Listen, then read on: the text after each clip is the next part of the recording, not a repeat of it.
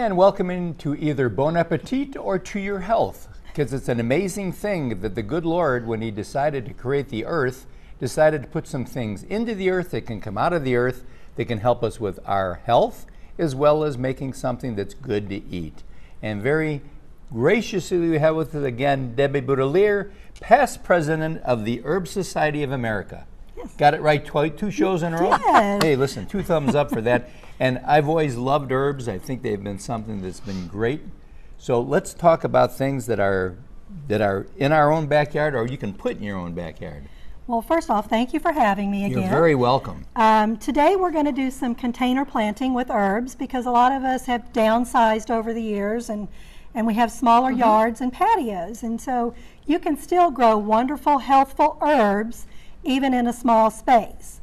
So I want to talk a little bit about how we go about doing this. First off is your pot selection. I would recommend using a clay pot because it breathes. Okay. But if you use a plastic pot, you just have to be careful not to overwater, because plastic pots will hold in the moisture. And most herbs need really good drainage. If you can't give them anything else, sunshine and good drainage. Okay. So you're not limited to the pot. I mean, we've got a little kitty cat here, just a regular, this is a 14-inch pot here. I like to use the half wine barrels. You can get a few more plants in those, but you can use things like old rubber boots or old watering cans, you know. Wow. Recycle So it's decorative. It's decorative. So it's fun in your garden. It fits your personality. So that's what you want to do. So for the planting medium, we want to use a sterile potting soil. You know that that's going to be good to start with because it doesn't have any diseases or any type of disease vectors in it that will, you know, pass on to your plants. And then so just a good all-purpose potting soil. And sometimes you can get the potting soil now with the slow release fertilizers. So that makes your job a little bit easier. As far as watering, when you've got plants in a pot like this, you need to pay particular close attention because you do have a small amount of planting media, and you want to make sure you keep it moist but not Soggy. And I would suggest with the bigger pots, use some crushed up plastic bottles or crushed up aluminum cans in the bottom so it keeps it lighter weight for moving around. And it also promotes the good drainage.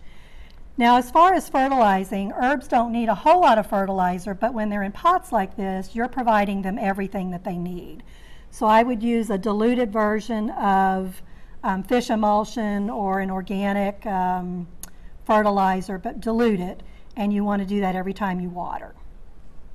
Okay, so let's talk a little bit about the fun stuff, the plants that go into your containers.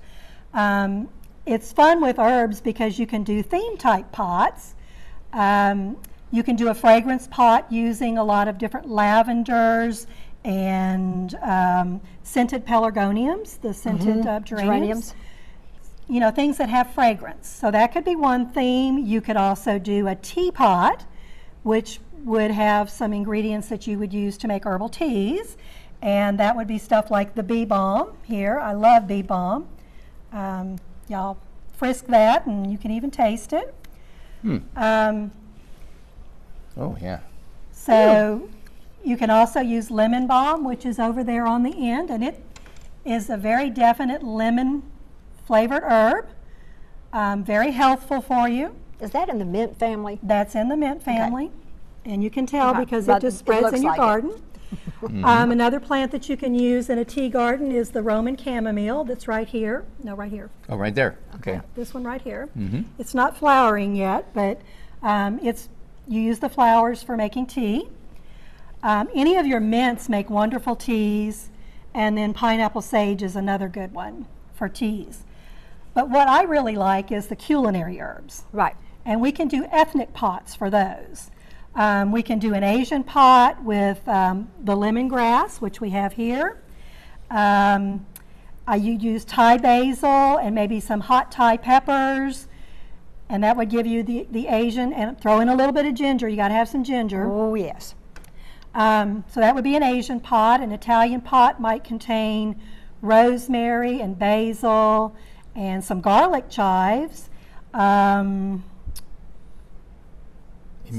oregano. Yeah. Definitely oregano. And that's also almost a pizza garden too. So I like that. A pizza garden. you could do a southwestern pot with cilantro, basil, chives, and hot chilies. So, and I really like this one. This is a cat mint, and they always look straggly in my yard because I do have cats.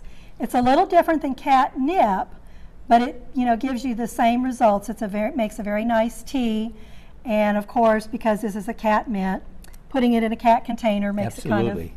Now, will the cats eat this? Oh yes. Oh, okay. Okay. It won't last long in my yard. Well, Debbie, this is just fun, and I love the way everything that you've done from the bottom up, it's all healthy. There's nothing that's going to be unhealthy for you, from your soil to your plants to your fertilizer. Wonderful.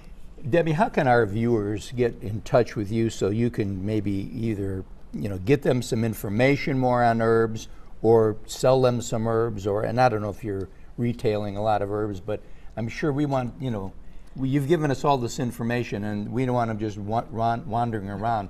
We'd rather have them come to the source. Well, I have a little business called Rooted in Thyme. Good. And my phone number is area code 334-309-4959. Okay, great. And you're in Wetumpka? No, I'm in You're in Prattville. Prattville. Okay, Prattville. Yep. Well, gosh, you're just right across the bridge. And okay. Right across the river. Okay, All great. right. Thank you so much. We'll be right back right after this.